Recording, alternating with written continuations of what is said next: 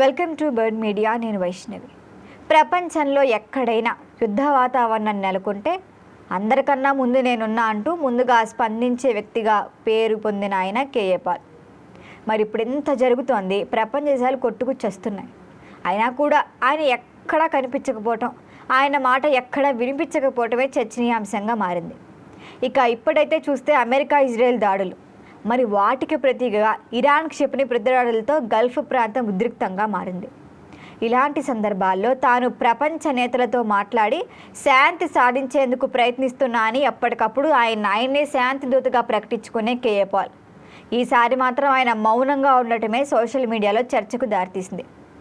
సాధారణంగా యుద్ధ పరిస్థితులు తలెత్తినప్పుడల్లా నేను ట్రంప్తో మాట్లాడాను, నెతాన్యాహుకు హెచ్చరిక కూడా ఇచ్చాను, ఇరాన్ అధ్యక్షుడికైతే మెయిలే పెట్టేశాను అంటూ ఏకంగా వీడియో సందేశాలే విడుదల చేయటం కేఏ పాల్కు అలవాటుగా మారింది.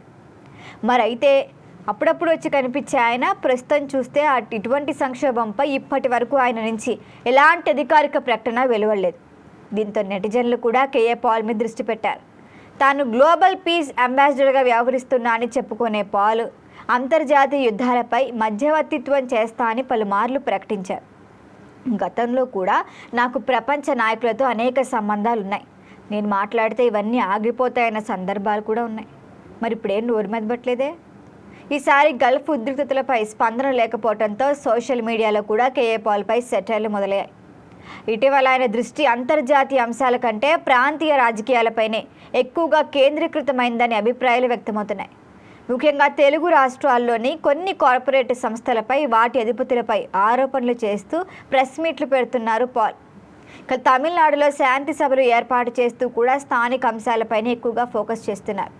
దీంతో ప్రపంచ శాంతి ఎజెండా కంటే స్థానిక రాజకీయాలే ప్రాధాన్యం పొందుతున్నాయా అనే ప్రశ్నలు కూడా వినిపిస్తున్నాయి. అయితే అంతర్జాతీయ స్థాయిలో యుద్ధ మేఘాలు కమ్ముకుంటున్న వేళ పాల్ మౌనం కూడా అనేక ఊహాగానాలకి తావిస్తోంది. కొందరు ఆయన త్వరలోనే స్పందిస్తారని భావిస్తున్నారు, మరికొందరు ఇది వ్యూహాత్మక మౌనమని అంటున్నారు. మరి కొందరైతే ఇంకా యుద్ధమంతా అయిపోయినాక స్పందిస్తే మీరు చెప్పేది ఏంటి అని కూడా అంటున్నారు. రాజకీయ నాయకులు ప్రకటనలు తరచూ మీడియా దృష్టిని ఆకర్షించడానికే కాబట్టి కేఏ పాల్ జిమ్ముకులు కూడా ఇంతే తప్ప ఆయనకంత సీన్ లేదని కూడా అంటున్నారు.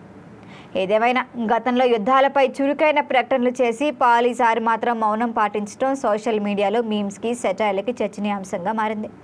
మరి రాబోయే రోజుల్లో ఆయన ఏమైనా స్పందిస్తారా, లేకపోతే ఆయన కూడా స్క్రిప్ట్ రెడీ చేసుకుంటున్నారా, లేకపోతే ఈ అంశాన్ని పక్కన పెట్టి ప్రాంతీయ రాజకీయాలపైనే ఫోకస్ పెడతాం అనుకుంటున్నారా అనేది చూడాలి.